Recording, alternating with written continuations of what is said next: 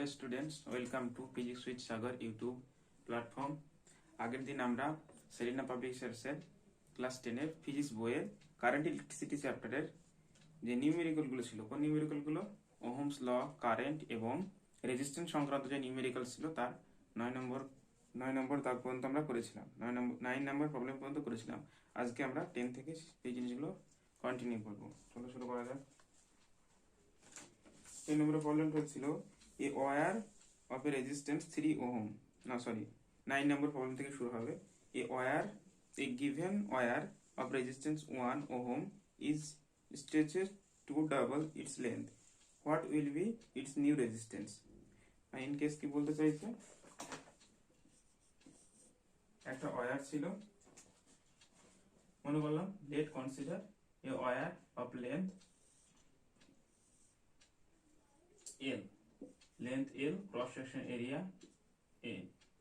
কি করা হলো, এর লেন্থকে ডাবল করে দেওয়া হলো। লেন্থকে যদি আমি স্ট্রেচ করে আমি লেন্থটাকে ডাবল করিয়ে দিই, তাহলে লেন্থ কি হয়ে গেল, লেন্থ 12 হয়ে গেল।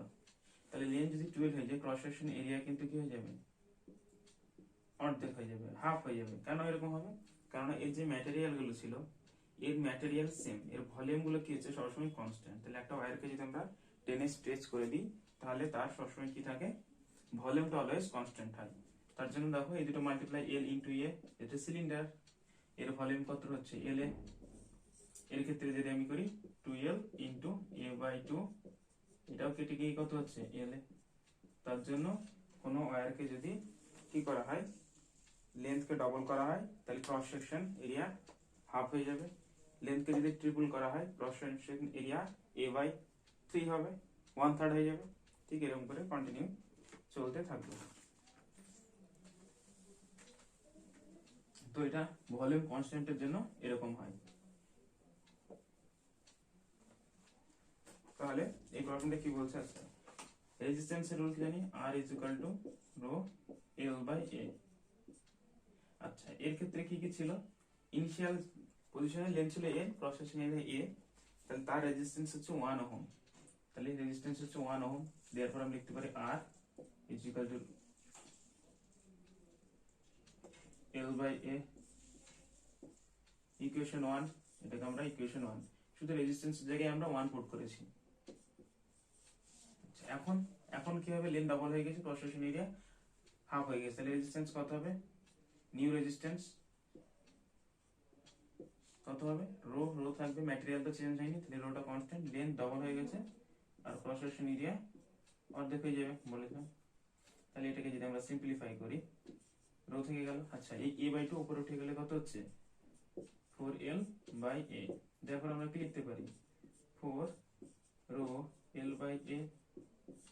আচ্ছা রো l বাই a আমরা ইনিশিয়াল লিখেছি 1, তাহলে এটাকে আমি 4 into 1 from equation 1,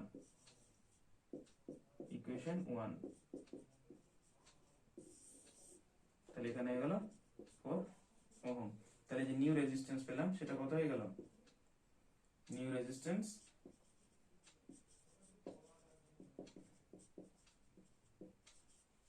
4 ohm is equal two 4 ohm.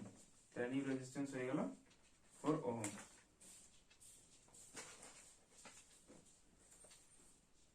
এটা একটা প্রসেস গেল, এটা কিভাবে করা যায়, তার মানে লেন্থ যদি আমরা ডাবল করে দিই, রেজিস্ট্যান্স ঠিক আছে 4 টাইম হয়ে যাচ্ছে। তাহলে এটা গেল 9 এর প্রবলেম। এটাকে অন্যরকম ভাবে সলভ করা যায়। আচ্ছা দেখা যায় অল্টারনেটিভ মেথডে দেখাচ্ছে এটাকে আমরা কিভাবে করা যায়। এটাকে যদি অল্টারনেটিভ মেথডে করি তাহলে কিভাবে করা যায়, সেক্ষেত্রে আমরা ভলিউম কনসেপ্টটাকে ইউজ করব, ভলিউমটাকে আমরা কনস্ট্যান্ট করে রেখে দেবো। তো এটাকে আমরা অল্টারনেটিভ মেথডে যদি করি, অল্টারনেটিভ মেথড কি বলেছিলাম, রেজিস্ট্যান্স সমান হয় রো এল বাই এ। কখন যখন একটা ওয়্যার আছে, এর ক্রস সেকশন হচ্ছে এ আর লেন্থ হচ্ছে এল। ঠিক আছে, তাহলে আমরা এখানে কি করতে পারি, একটু চালাকি করি, কি হবে এই রো। আচ্ছা, এই ইকুয়েশনের উপর নিচে আমি এল আর এল দিয়ে মাল্টিপ্লাই করলাম, কোনো অসুবিধা, এল এল কেটে যাবে, রো বাই এল আসবে, কোনো অসুবিধা নেই। Therefore R is equal to rho, আচ্ছা এল স্কয়ার হয়ে গেল, আর নিচে কি হচ্ছে টোটাল ভলিউম। টোটাল ভলিউম কি হয়, ভলিউম ইজ ইকুয়াল টু হবে এই যে, এটা যদি সিলিন্ডারের মতো ধরা হয়, এটা হচ্ছে হাইট আর এটা হচ্ছে বেসের এরিয়া, তাহলে এ ইন্টু এল হয়ে গেল তার ভলিউম। দেয়ারপর আমি কি বলতে পারি, এখানে কোনটা কোনটা কনস্ট্যান্ট হয়ে গেল, রোটাও কনস্ট্যান্ট হয়ে গেল, ভলিউমটাও কনস্ট্যান্ট ছিল। দেয়ারপর আমরা আর ডাইরেক্টলি প্রপোর্শনাল টু লেন্থের স্কয়ার কি হবে, হোয়েন ভলিউম কনস্ট্যান্ট।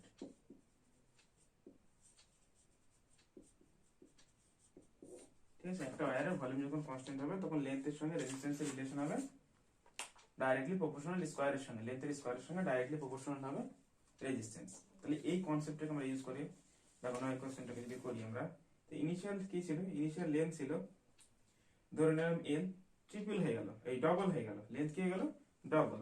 তাহলে ডবল যদি হয়ে যায় তাহলে রুলস কি বলছে, এটাকে যদি আমি R1 ধরি, ইনিশিয়াল ছিল 1 ওহম, তাহলে 1 ওহম যখন হবে তখন লেন্থের সময় ছিল এল স্কয়ার, যখন আর ড্যাশ চলো, নিউটা জানি না, এটাকে নিউ লিখলাম, সেটা কত হবে ডবল বলেছে, তাহলে 12 স্কয়ার, তাহলে দেওয়ার এটা কত হবে, এটা হবে 4l স্কয়ার। আচ্ছা এই দুটোকে ডিভাইড করে দাও, সিম্পলি ডিভাইড করে দাও, তাহলে আর নিউ কত হবে 4l square by l square, এটা 1 তাই এখানে কিছু লেখার দরকার নাই, তাহলে আর নিউ সমান কত হয়ে গেল, আমি কি করলাম 2 ডিভাইড 1 সমান হয়ে গেল 4 ওহম। এটাকে আমরা অল্টারনেটিভ মেথড দিয়ে করতে পারি, এখানে 2 ডিভাইড 1 করলাম, এই ইকুয়েশনটার সঙ্গে এই ইকুয়েশনটা ডিভাইড করলাম। তাহলে আমাকে বেসিক্যালি এই রুলসটাকে মনে রাখার চেষ্টা করলে পারে, যখন ভলিউম কনস্ট্যান্ট থাকবে তখন আর ভ্যারিয়েন্স এল স্কয়ার, এই রুলসটাকে যদি মনে রাখতে পারি তাহলে এই প্রবলেম সহজেই সলভ হয়ে যাবে।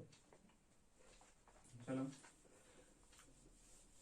10 নম্বর কোশ্চেনটা কি বলছে, 10 এর, a wire of resistance 3 ohms and a length 10 centimeter is stretched to length 30 centimeter, assuming that its uniform cross section, what will be its new resistance, নতুন রেজিস্ট্যান্সটা কত হবে।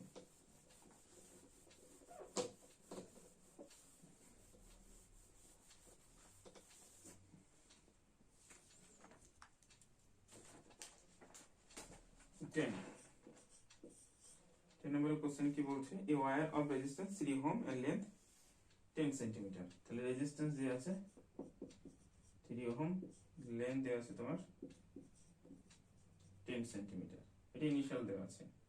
আমি ক্রস সেকশন জানি, ক্রস সেকশন কি ধরলাম, আমি ক্রস সেকশনটা এই মনে করে নিলাম, এই ধরে নিলাম, আচ্ছা রেজিস্ট্যান্স কত ধরলাম 3, যেটা গিভেন দেওয়া আছে, লেন্থ হয়ে গেল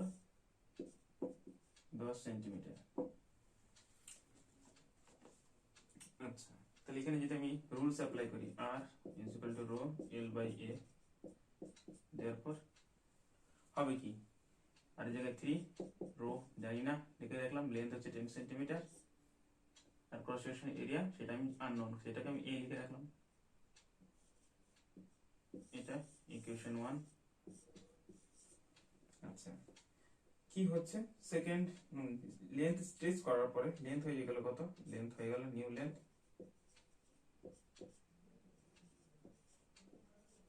30 centimeter, assuming that has a uniform cross section, that will be its new resistance, তাহলে নিউ রেজিস্ট্যান্স, তাহলে এখানে ক্রস সেকশনটাও কি লেন্থ যদি ইনক্রিজ করে, আমি বললাম ছিল 10, ইনক্রিজ করে কত করলাম, স্ট্রেচ করে 30 করলাম, মানে কত টাইম 10 ইনটু 3 টাইমস ইনক্রিজ করলাম, তাহলে ক্রস সেকশন কি হয়ে যাবে, ক্রস সেকশনও এ থাকবে, কি নিউ ক্রস সেকশন কত হবে, নিউ ক্রস সেকশন হয়ে যাবে a বাই 3। ঠিক আছে, 3 টাইম যেহেতু করেছিলাম, লেন্থ কত 10 থেকে বাড়িয়ে আমি কি করে দিলাম এরকম, টোটাল আমি 30 সেন্টিমিটার করে দিলাম, ক্রস সেকশন এরিয়া কত a বাই 3 হয়ে যাবে। আমাকে রেজিস্ট্যান্সটা ফাইন্ড করতে হবে, নিউ রেজিস্ট্যান্সটা কত হবে সেটা ফাইন্ড করতে হবে, ক্ষেত্রে 3 দেওয়া ছিল আগের ক্ষেত্রে, তাহলে এখানে রুলস অ্যাপ্লাই করব, আর ইজ ইকুয়াল টু রো, তাহলে আরটা কত, আর এর ভ্যালুটা হয়ে গেছে আমি জানি না, সে আর নিউ লিখছি। রো রো আননোন, লেন্থ কত হয়ে গেছে 30 সেন্টিমিটার, দুই গুণ ইউনিট সেন্টিমিটার, এটা সেন্টিমিটারে ডিভাইড করলে কেটে যাবে, তার জন্য আমি ইউনিট চেঞ্জ করলাম না, চেঞ্জ করলেও কোনো অসুবিধা নেই। আচ্ছা হলো, আর নিচে কি লাগবে cross section area a by 3, তাহলে কত হলো এটা, এটাকে যদি উপরের দিকে যায় তাহলে 90 বাই a, তাহলে আর নিউ সমান কি হলো, আচ্ছা 90 কে আমরা কি লিখতে পারি 9 ইনটু রো 10 বাই a, এরকম লেখা যায়। এই 9 ইনটু 10 মাল্টিপ্লাই করলে তো 90 হবে। এবার এটা কি, এই যে আগেরটাকে যদি ইউজ করি 3 ছিল 27 ওহম। বা তুমি কি করতে পারো, এই 1 এর সঙ্গে এটাকে ইকুয়েশন 2 লিখে এই দুটোকে ডিভাইড করলে আমরা খুব সিম্পলিফাই ভাবে পেয়ে যাব। এটা একটা প্রসেস গেল। আর অল্টারনেটিভ আমি কি বললাম, অল্টারনেটিভ প্রসেস যেটা বলে দিয়েছিলাম, অল্টারনেটিভে যে রেজিস্ট্যান্সে কি হবে যখন ভলিউম কনস্ট্যান্ট, এর স্কয়ার এল স্কয়ারের সঙ্গে, তাহলে লেন্থ ছিল 10, ফাইনাল লেন্থ করে দিয়েছি 30, কত টাইম 3 টাইমস ইনক্রিজ করেছি, তাহলে নিউ রেজিস্ট্যান্সও কত হবে, নিউ রেজিস্ট্যান্স হবে 3 এর স্কয়ারের হবে, আর আগের কত ছিল, আগের যে ছিল আর নিউ, তার সঙ্গে এই আরটা মাল্টিপ্লাই হবে, তাহলে 9 আর হয়ে যাবে, তাহলে 9 আগেটা কত ছিল, আগেটা ছিল 3, তাহলে 27 ওহম। দুটো অল্টারনেটিভ প্রসেস আছে, দুটো অল্টারনেটিভ প্রসেসের মধ্যে যে একটা প্রসেস করলে তাহলে এটা আর ভেরিজেস এল স্কয়ার, সেক্ষেত্রে 9 টাইম হয়ে যাবে আগের রেসপেক্টে 9 টাইম, তাহলে এখানে 27 হয়ে গেল। তাহলে এই দুটো প্রসেসেই এই প্রবলেম দুটো কিন্তু খুব সহজে তাহলে করা গেল। আচ্ছা 11 এর কোশ্চেনটা কি বলছে, a wire of resistance 9 ohm having length 30 centimetre is triple on itself, what is this new resistance. তাহলে ট্রিপল হয়ে গেছে ইটসেলফ এর রেসপেক্টে, তাহলে এটা একই টাইপেরই প্রবলেম, তাহলে এটাকে আমরা সলভ করার চেষ্টা করি।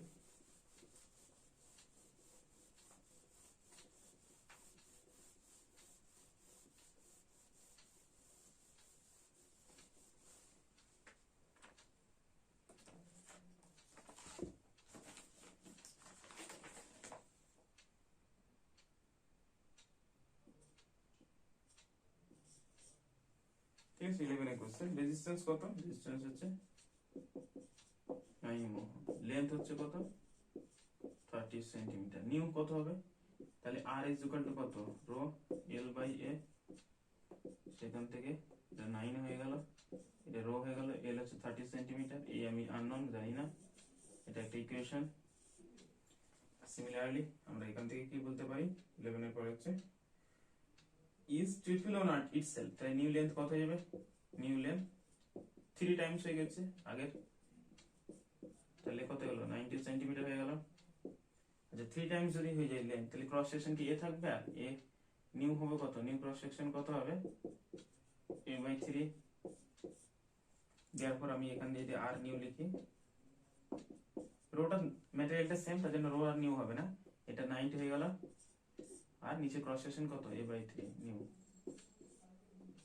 দেয়ারপর এই 3টাকে উপরে যদি লিখি আমি, তাহলে এটাকে কি লিখতে পারি, দেখো আমি এটাকে এরকম করে লিখলাম, আমি মাল্টিপ্লাই করলাম না, 3টাকে উপরে লিখলাম, আগে পরে লিখা একই ব্যাপার, এটা মানে মাল্টিপ্লাই আছে, কেন লিখলাম, এই যে এটাকে সহজে পুট করতে পারবো বলে, তাই পুট করতে হলে কি করতে হবে, আমি আর নিউ, আচ্ছা মাল্টিপ্লাই করে দাও সবগুলো, 270 বাই a, আচ্ছা এখান থেকে এটা ভ্যালু পুট করতে পারি, আমি না ভাগ ডাইরেক্ট ডিভাইড করে দিতে পারি, 2 ডিভাইড 1 করি তবুও হবে, তাহলে 2 ডিভাইড 1 করলে R new by 9 is equal to right hand side থেকে ডিভাইড করে দেবো, তাহলে সব রো এই কেটে যাবে, রো আর এই কেটে যাবে, উপরে হবে কত 270, এটা হবে 30, এটা হলো 9, তাহলে আর নিউ কত হলো 9 ইন্টু 9, তাহলে 81 ওহম, তাহলে নিউ রেজিস্ট্যান্স হয়ে গেল 81 ওহম, নিউ রেজিস্ট্যান্স এটা হয়ে গেল। আবার আমরা সিমিলার একই কন্ডিশনে করতে পারি, অল্টারনেটিভে যেটা বলে দিয়েছিলাম, অল্টারনেটিভে যে আর ভেরিজেস এল স্কয়ার যখন ভলিউম কনস্ট্যান্ট,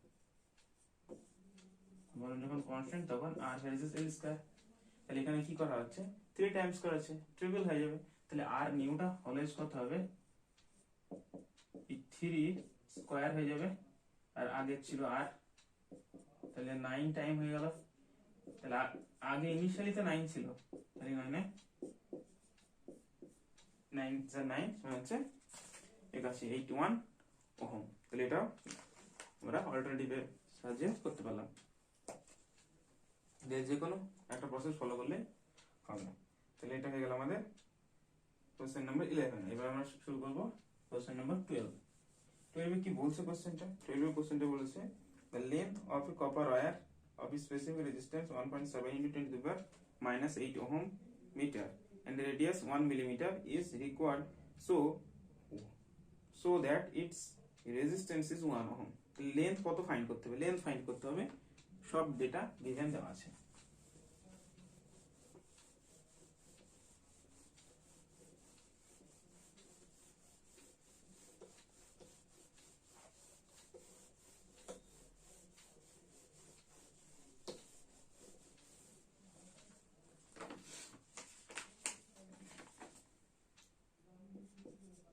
কি কি ডেটা গিভেন দেওয়া আছে? ডেটা গিভেন দেওয়া আছে স্পেসিফিক রেজিস্ট্যান্স রো গিভেন দেওয়া আছে কত 1.7 into 10 to the power -8, unit হচ্ছে ওহম মিটার। আচ্ছা, আর গিভেন দেওয়া আছে রেডিয়াস। আচ্ছা, রেডিয়াস গিভেন দেওয়া আছে, এখানে একটু ভাবনা চিন্তার ব্যাপার আছে। আমরা রেডিয়াসটাকে আমি স্মল আর দিয়ে লিখছি, কারণ ক্যাপিটাল এন আমরা অলরেডি রেজিস্ট্যান্স রিপ্রেজেন্ট করছি। তাহলে এটাকে সেটা বলছে 1 মিলিমিটার। মিলিমিটার মানে মিটার করলে 10 to the power 3 মিটার। আর গিভেন দেওয়া আছে তোমার রেজিস্ট্যান্স দেওয়া আছে 1 ওহম। তাহলে আমি যদি ছবিটা এঁকে দেখাই, এটা যদি ওয়্যার হয়, এটা ক্রস সেকশন এরিয়া এ। আচ্ছা, এটা যদি সার্কুলার হয়, এটা রেডিয়াস যদি আমি r ধরি স্মল r, তাহলে ক্রস সেকশন এরিয়া সমান কত হবে? একটা ডিশের এরিয়ার মতো হবে, পাই r স্কয়ার। লেন্থ গিভেন দেওয়া ছিল, ম্যাটেরিয়াল হচ্ছে রো স্পেসিফিক রেজিস্ট্যান্স, তাহলে r রেজিস্ট্যান্স সমান রো l বাই a। এখান থেকে আমি r এটাকে আরো ভেঙে লিখলাম a।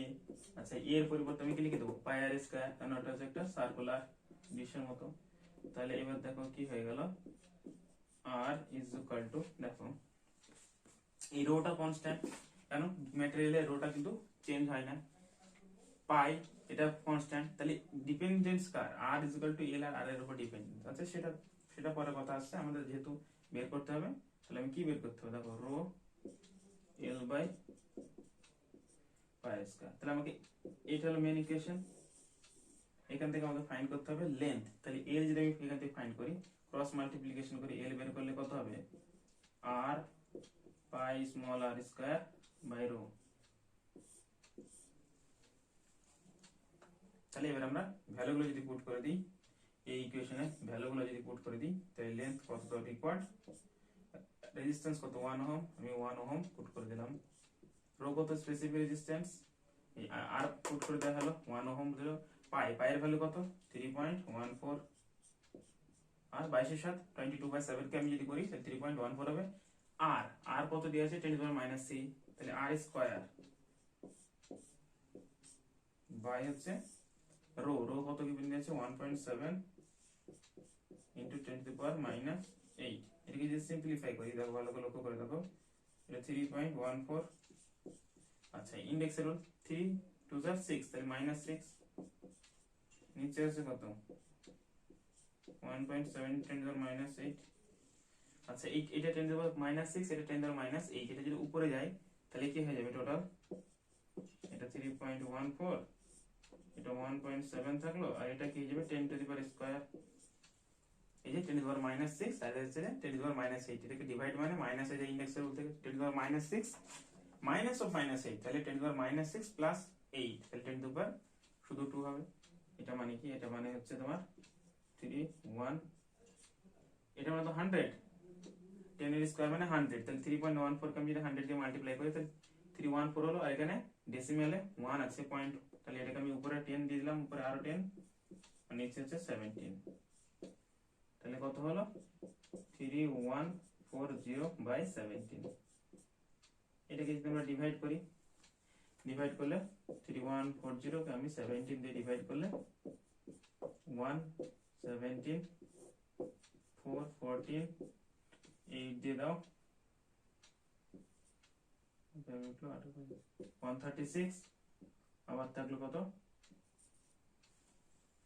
8, এখানে বসে দাও 0, এদিকে 5 দিয়ে যাবে, 5 দিয়ে, হ্যাঁ 5 দিয়ে 5 কে 35 5 3000 থাকলো, না বেশি হয়ে যাচ্ছে, 5 দিয়ে বেশি হয়ে, তাহলে 4 দিয়ে দাও,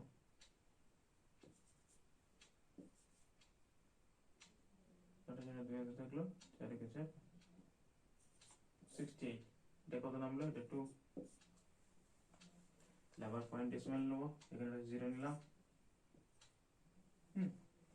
আবার এটাকে কয় দিয়ে দেওয়া যায়, 7 দিয়ে দাও, 7 7 49, 7 11, 119, এখানে 1, এরকম চলতেই থাকবে, তাহলে 184.7 কি হবে আমাদের মিটার, সব ইউনিট মিটার, এটা মিটারে আসবে, তাহলে 184.7 মিটার, এটাই আমাদের অ্যান্সার চলে এলো। এটা হলো 12 এর কোশ্চেন, সলভ হয়ে গেল, নিশ্চয়ই বোঝা গেছে। এটা হচ্ছে ক্যালকুলেশন, এটা কিছুই না, এটা জাস্ট ক্যালকুলেশনে ডিভিশন করেছিলাম, তো ডিভিশনটা এখানে। আচ্ছা আচ্ছা, লাস্ট কোশ্চেনটা কি বলছে 13 এর, the filament of a bulb takes a current 100 milliampere when the potential difference across it is 0.2 volt. When the potential difference across it became 1 volt, the current becomes 400 milliampere. Calculate the resistance of the filament in each of case and account for the difference. কোশ্চেনটা দেখো, 13 এর question, last question.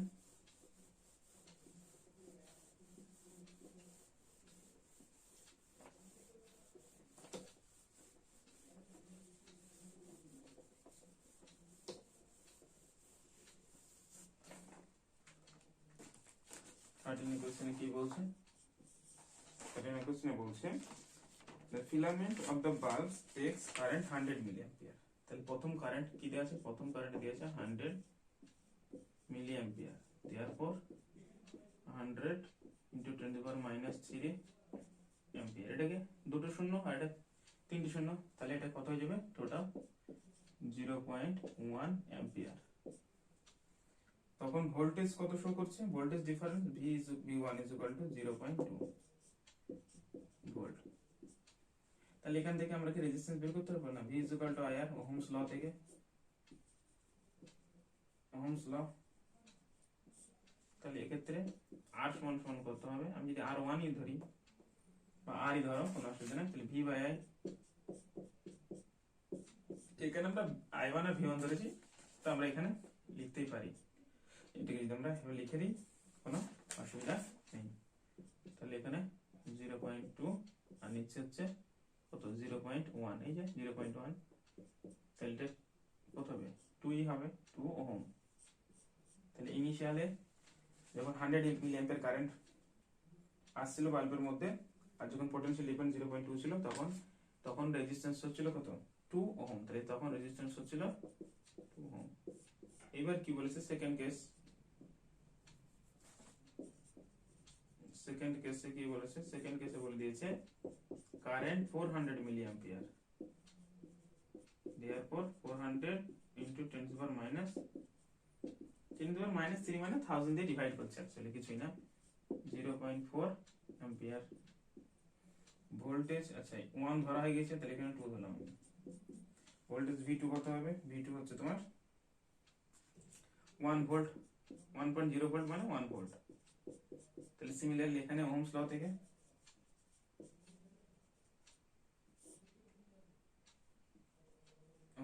আমরা বলতে পারবো যে R, সেখানে এটাকে R1 লিখে নাও, এটা R1 লিখে নাও, এটা R1 লিখে নাও, এটা R2 সমান সমান হচ্ছে V2/R1, বাই 2 v2 কত 1 0.4 উপরে 10 দাও নিচে 4 দাও 5 2 5 বাই 2 therefore 2.5 ওহম। তাহলে R2 কত হয়ে গেল? তাহলে ইনিশিয়ালি ছিল কত? ইনিশিয়ালি ছিল 2 ওহম, যখন হচ্ছিল কি 100 মিলি অ্যাম্পিয়ার কারেন্ট আর 0.2 হচ্ছিল পোটেনশিয়াল ডিফারেন্স। যখন কারেন্ট হয়ে গেল 400 মিলি অ্যাম্পিয়ার আর পোটেনশিয়াল ডিফারেন্স 1 ভোল্ট, তখন রেজিস্ট্যান্স হয়ে গেছে 2.5। তাই এরকম কেন হচ্ছে? একই তো জিনিস ছিল, বাল্বটা তো চেঞ্জ করা হচ্ছে না, পরিবর্তন করা হচ্ছে না, বাল্ব যেটা ছিল সেটাই ছিল। তাহলে চেঞ্জ হলো কেন? যেহেতু কারেন্টের অ্যামাউন্টটা বেশি হয়ে, আগে ছিল অল্প পরিমাণ কারেন্ট, এখানে কারেন্টের অ্যামাউন্ট বেশি হয়ে গেছে। তাহলে কারেন্ট যদি বেশি ফ্লো করে তাহলে বাল্বটা কি হয়ে যাবে? হিটেড হয়ে যাবে। আর যদি কোনো জিনিস ওভার হিটেড হয় তাহলে তার রেজিস্ট্যান্স কে যায়? ইনক্রিজ করে যেতে। বাল্বের ফিলামেন্ট ওভার হিট হওয়ার জন্য তার রেজিস্ট্যান্সটা কিছুটা ইনক্রিজ করে। কতটুকু ইনক্রিজ করছে? ছিল 2 ওহম, এখন হয়ে গেছে 2.5। তাহলে 0.5 ইনক্রিজ এখানে করে গেছে। ঠিক আছে, আজকে এইটুকুই থাকলো। নেক্সট দিন আবার পরের টপিকগুলো কমপ্লিট করা হবে। ওকে, থ্যাংক ইউ।